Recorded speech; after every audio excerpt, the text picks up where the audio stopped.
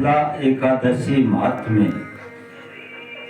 श्री युधिष्ठिर बोले, हे भगवान, पौष मास के कृष्ण पक्ष की एकादशी का क्या नाम है?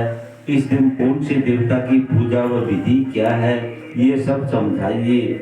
श्री कृष्ण भगवान बोले, हे राजन, मैं आपके प्रश्नों का उत्तर देता हूँ।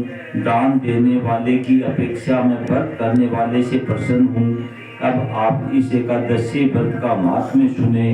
पौष माह के कृष्ण पक्ष की एकादशी का नाम सफला है। इस एकादशी के देवता नारायण हैं। इसका पूर्वोक्त विधि अनुसार व्रत करना चाहिए और नारायण जी की पूजा करनी चाहिए।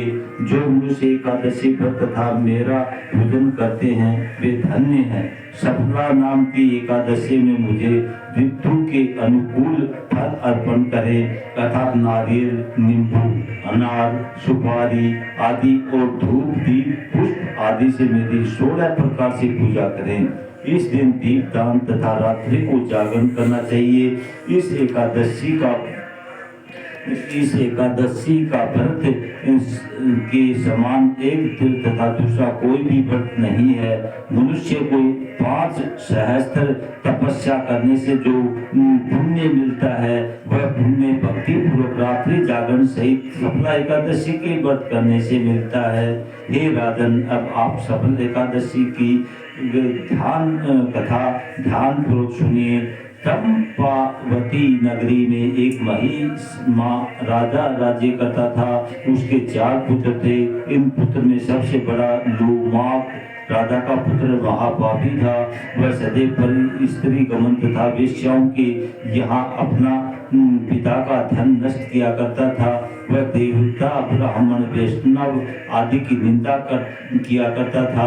जब पिता को अपने बड़े पुत्र के बारे में समाचार ज्ञात हुआ तब उसको अपने राज्य से निकाल दिया। तब लुम्बक सबके द्वारा त्याग दिया गया। तब वह बिताने लगा कि अब मैं क्या करूं, कहाँ जाऊं। अंत में वह दिन में वन में रहने लगा और रात को अपने पिता की नगरी में चोरी तथा अन्य कुकर्म करने लगा। जिस वन में वह रहता था वह भगवान को अत्यंत प्रिय था। उस वन में एक बहुत पुराना पीपल का वृक्ष सब देवताओं का कीड़ा स्थान था। इसी वृक्ष के नीचे लुम्बक रहता था। कुछ दिनों के पश्चात पौष माह के कृष्ण पक्ष की दशमी के दिन वह वस्त्रहीन होने के कारण शीत से मूर्छित हो गया। रात्रि को न सो सका और उसके हाथ पैर अकड़ गए। उस दिन वह रात्रि बड़ी कठिनाई से बीती, परंतु सूर्य नारायण के उदय होने पर भी उसकी मूर्छा न गई। सफला एकादशी के मध्य तक वह दुराचारी मूर्छित ही पड़ा रहा। जब सूर्य की गर्मी से उसे होश आया तो वह अपने स्थान से उठकर वन में भोजन की खोज में चल पड़ा। उस दिन वहां जीवों को मारने में असमर्थ था, इसलिए जमीन पर ही गिरे हुए फलों को लेकर पीपल के वृक्ष के नीचे आया।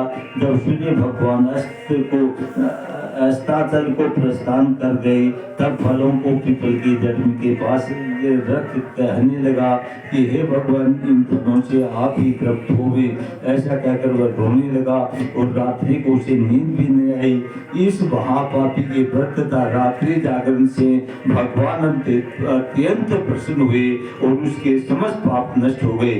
प्रातः ही एक दिव्य घोड़ा उनको सुंदर वस्त्रों से सजा उसके सामने आ खड़ा हो गया और आकाशवाणी हुई, हे राजपुत्र, भगवान नारायण के प्रभाव से तेरे समस्त पाप नष्ट हो गए हैं। अब तो अपने पिता के पास जाकर राज्य प्राप्त कर। लुम्बक ने ऐसी आकाशवाणी सुनी तो वह अत्यंत प्रसन्न हुआ और भगवान आपकी जय हो ऐसा कहता हुआ सुंदर वस्त्रों को धारण कर अपने पिता के पास गया।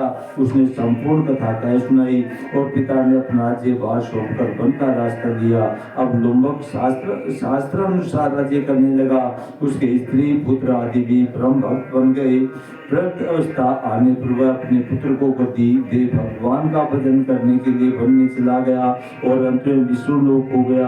भक्ति पूर्वक जो मनुष्य सफला एकादशी का व्रत करते हैं वह अंत में मुक्ति पाते हैं और जो मनुष्य भक्ति पूर्वक सफला एकादशी का व्रत नहीं करते हैं वे पूंछ और सींग से रहित पशु तुल्य हैं। सफला एकादशी के महात्म्य का पठन वर्षण से अश्वमेध एक का फल मिलता है। बोलो श्री कृष्ण भगवान की जय। ओम श्री परमात्माए नमः।